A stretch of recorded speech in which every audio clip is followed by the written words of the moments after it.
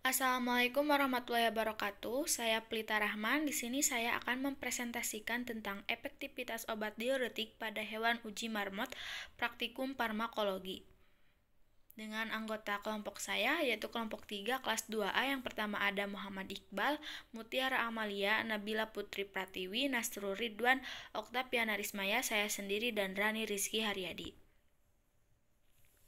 Adapun tujuan dan prinsip praktikum, yaitu yang Tujuan dari praktikum ini menganalisis efek diuretik pada hewan percobaan dengan melihat dan mengamati serta menentukan jumlah volume dan frekuensi urin yang dihasilkan oleh hewan uji marmut setelah pemberian obat diuretik.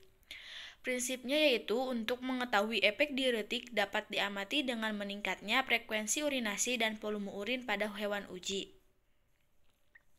Diuretik.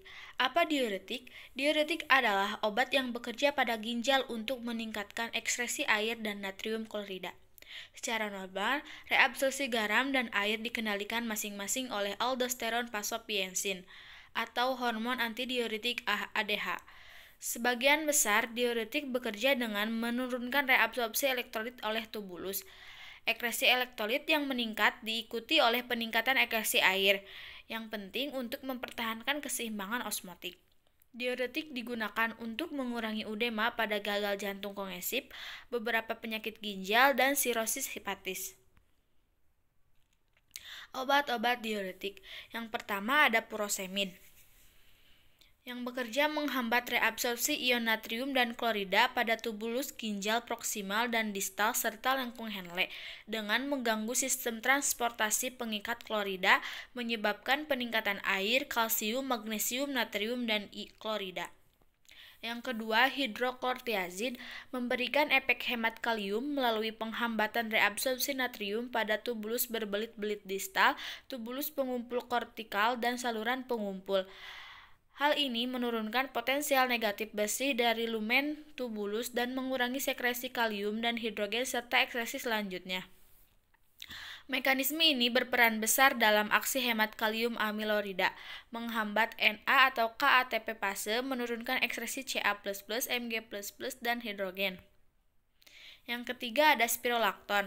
Mekanisme kerja dari spirolakton adalah mengikat ikatan kompetitif reseptor di tempat pertukaran NAK yang bergantung pada aldosteron di tubulus distal, menghasilkan peningkatan ekskresi Na+, Cl-, dan air serta referensi K+, dan H+.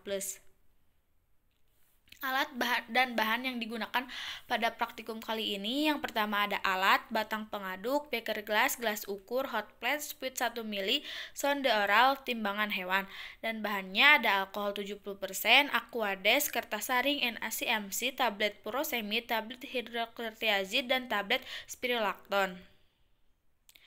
Hewan uji yang digunakan, yang pertama untuk tablet spirolakton, hewan uji yang pertama bobot gramnya 214 gram dan yang kedua 219 gram.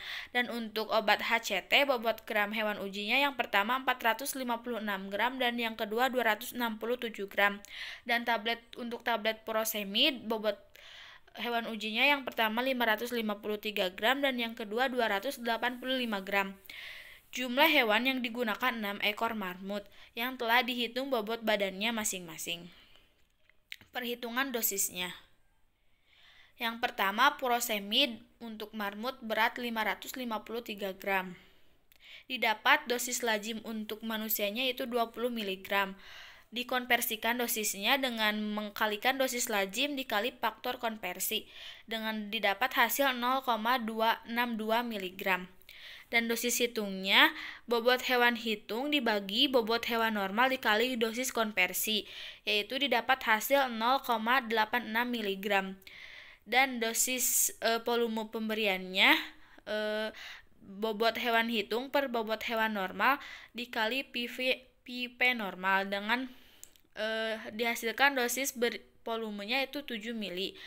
Pembuatan larutan stoknya yaitu dengan cara volume larutan stok dibagi volume pemberian dikali dosis normal, yaitu dihasilkan 5,16 mg.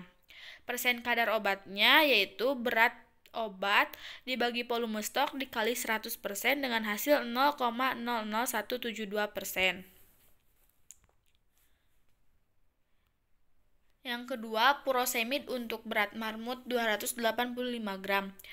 Didapat konversi dosisnya 0,62 mg, dosis hitungnya 0,44 mg, volume pemberiannya 3,56 ml, dan pembuatan larutan stoknya 2,64 mg, dan persen kadar obatnya 0,00015%. Yang ketiga, hidroklortiazid untuk berat marmut 456 gram. Didapat konversi dosisnya 0,775 mg, dosis hitungnya 0,88 mg, volume pemberiannya 5,7 ml, pembuatan larutan stoknya 4,4 mg, dan persen kadar obatnya 0,0176%. Dan yang untuk keempat, hidroklortiazid untuk berat marmut 267 gram, konversi dosisnya 0,775 mg, dosis hitungnya 0,52 mg, volume pemberiannya 3,4 ml, pembuatan larutan stoknya 3,12 mg, dan persen kadar obatnya 0,0104%. Dan untuk yang kelima, tablet spirolacton untuk berat marmut 214 gram, didapat konversi dosisnya 3,1 mg, dosis hitungnya 1,66 mg, volume pemberiannya 2,7 ml, pembuatan larutan stoknya 0,01 gram, dan persen kadar obatnya 0,03%.